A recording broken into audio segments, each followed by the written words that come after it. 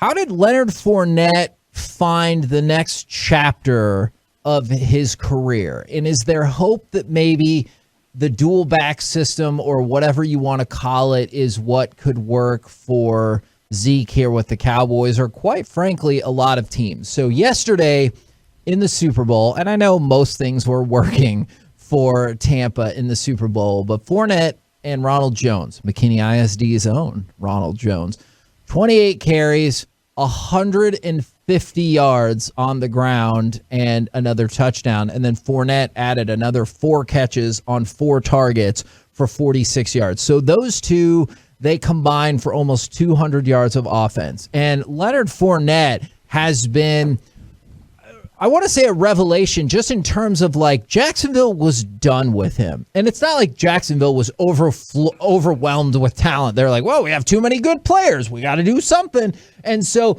they just cast Leonard Fournette aside. And especially when you see, it took a minute, but in the back half of the season, Tampa Bay figured out exactly how they wanted to use Fournette and Jones. Sometimes because of injury, it was forced upon them, but exactly how they wanted to use them. And if you look at running back tandems right now, they have taken a Leonard Fournette, who is a draft bust, a Ronald Jones, who is a draft disappointment, and they have made them something formidable. So here's what I'm... Go ahead, Corey. Well, here's what I'm worried about Zeke Elliott, because I do think Leonard Fournette and Zeke Elliott are similar. To me, they're about the same running back. Fournette has a lot to play for right now. As he was released, he never got his big contract. He probably is never going to get a big contract, honestly. Somebody will probably be like, hey, we'll give you maybe 4 years, $20 million, or 4 years, $24 million. Will be like kind of a market that is available for him. Where Zeke got a lot of guaranteed money. Zeke got over $90 million on a contract. He'll never see that money, like all the 90-something million, but Zeke did it. Zeke held out. He got his huge contract. He got his huge signing bonus. I don't know if Zeke will have the same motivation that Leonard Fournette did once he got released and then picked up by Tampa Bay. I think that the Cowboys should have an average offensive line next year. I think the Cowboys have a great receiving core, and hopefully Dak is back, which means they would have a good quarterback. So you have everything to be a super successful running back in the NFL if you have all of those things in place. But I just don't know if Zeke has the motivation to be great anymore. He got everything that he wanted out of this. He gets to party, he gets to have a great time with life, and he gets all the money that he could have ever asked for as a running back. So his motivation has to be this internal motivation that the greats have, that Emmitt Smith had, that Walter Payton had, that Barry Sanders had. And I don't think he has that internal motivation to be great. Yeah, the organization of ideas has a lot to do with that. And I go back to the mindset of Emmitt Smith at a very young age, and then at the end of his career. What did Emmitt Smith have? He had that little legal pad piece of paper that he got, what's it called whenever you put the slick stuff on it again? Laminated. He got it laminated, but it hung up on it right next to his door. He hung it up right next to his door so that every morning when he woke up, he looked at it. When he walked out the door before he left for his day, he looked at it. Those were his goals that he wanted after college for what he wanted for his career. And he accomplished them. He checked them all off. And I don't think that Zeke came into it with that. I think Zeke came in and he was like, man, I want to get a big old contract. I want to be able to have a great party lifestyle. And, I've just always naturally been a good athlete. So all these things are just going to kind of come to me. Leonard Fournette, Mike, you're dead on. I've never seen a guy with the perfect amount of motivation. Kevin, what are the 3 motivating factors for pro athletes? Contract, revenge, and fun babies, I want to say. Fun babies are expensive. You have to pay those bills. So but it's a contract season. Go look at pitchers. Every pitcher, like how many times those dudes end up having great seasons because they have contract season coming up. Mike's dead on about that. I also saw a guy, though, that was as revitalized as I've ever seen, physically. Like Leonard Fournette, Kevin, when you watched him in Jacksonville, you were like, he looks like he's running in quicksand right now. Yeah. And then for whatever reason, and maybe it was because every day he was going to work saying, I got to make this next contract, he was physically, his body looks better. He was making spin moves. He was more physical of a running back. He looked as good as he did, Kevin, whenever he was coming out of college. And we were like, wow, that dude can run over people and is fast and is fierce. And he never looked like that. He never really was that dude in Jacksonville. I also think, Mike, that it had a little bit to do, maybe just a little bit, with his coaching staff and how his coaching staff created places for competition. Not just the idea that his coaching staff was in his ear telling him, hey, you can do this, you can do that, but they created ways for this guy who's on a contract to need to be on the field. And when you get on the field, you can't take a play off because Ronald Jones will take those carries from you. Yeah. And so that it became a very competitive team in and of itself. Yeah, and Kevin, I think to Corey's point, I would like to see next year it be a 60-40. I want to see Zeke on the field a little bit more than Pollard, but I do think what we watch from Tampa Bay needs to be a little bit of the blueprint of how you use Zeke going forward, because Zeke's not a very good pass catcher.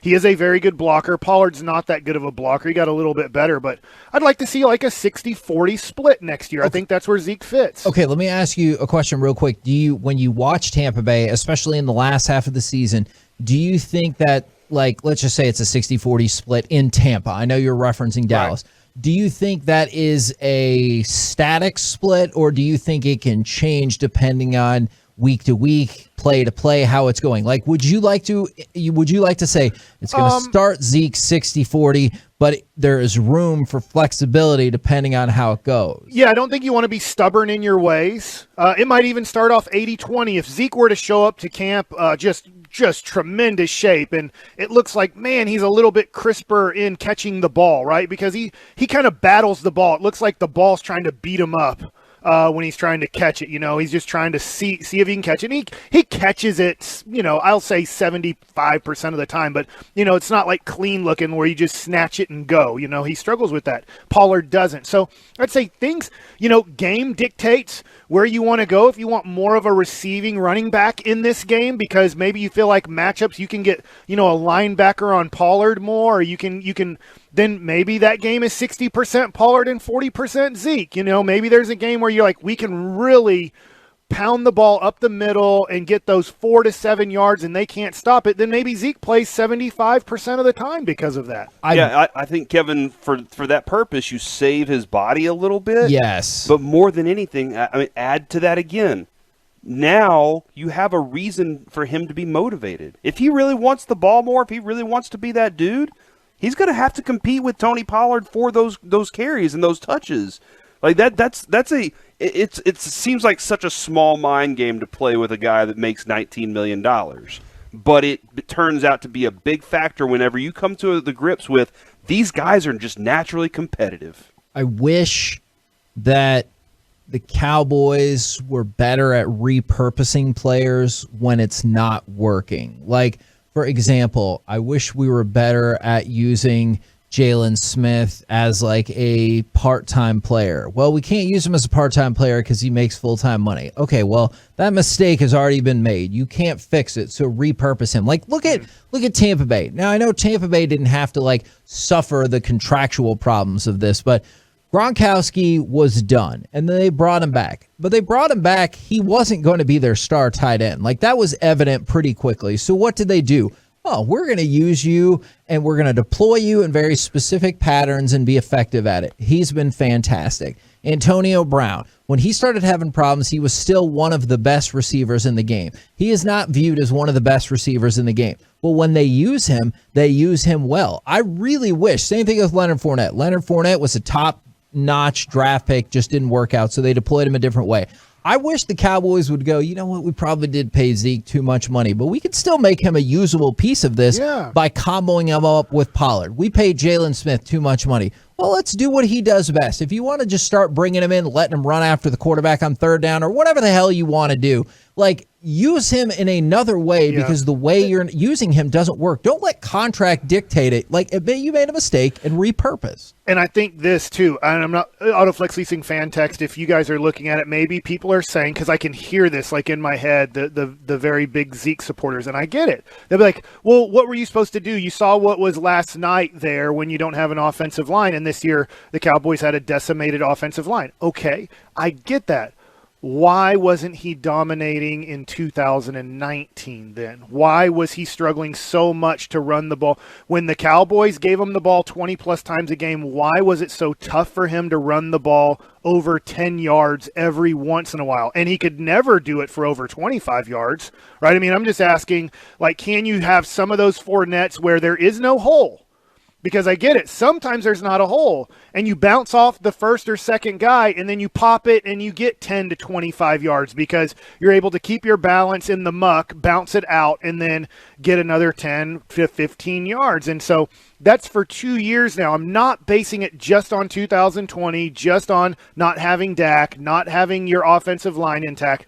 I'm basing this really, guys, off of the last 2.5 years. And I'm not saying Zeke would be out of the NFL. If you release Zeke today, teams would be excited to not pick up that contract. They'd let him clear waivers. And then they would say, boy, we'd love to get Zeke. And I think they'd love to get him on like about $8 million a year. That's about what they'd look at. They'd be like, hey, I will pay up to $8 million and we'll use him about 60 to 70% of the time as our running back. Mike, we talk a lot of NBA on this show.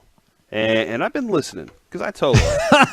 That's good to hear. But you know how you talk about, man, Willie Cauley-Stein doesn't need more minutes than this because he gets exposed for X. Right. Or maybe he just gets tired because of, he's not, for NBA minutes, he doesn't need that. And you talk about certain guys.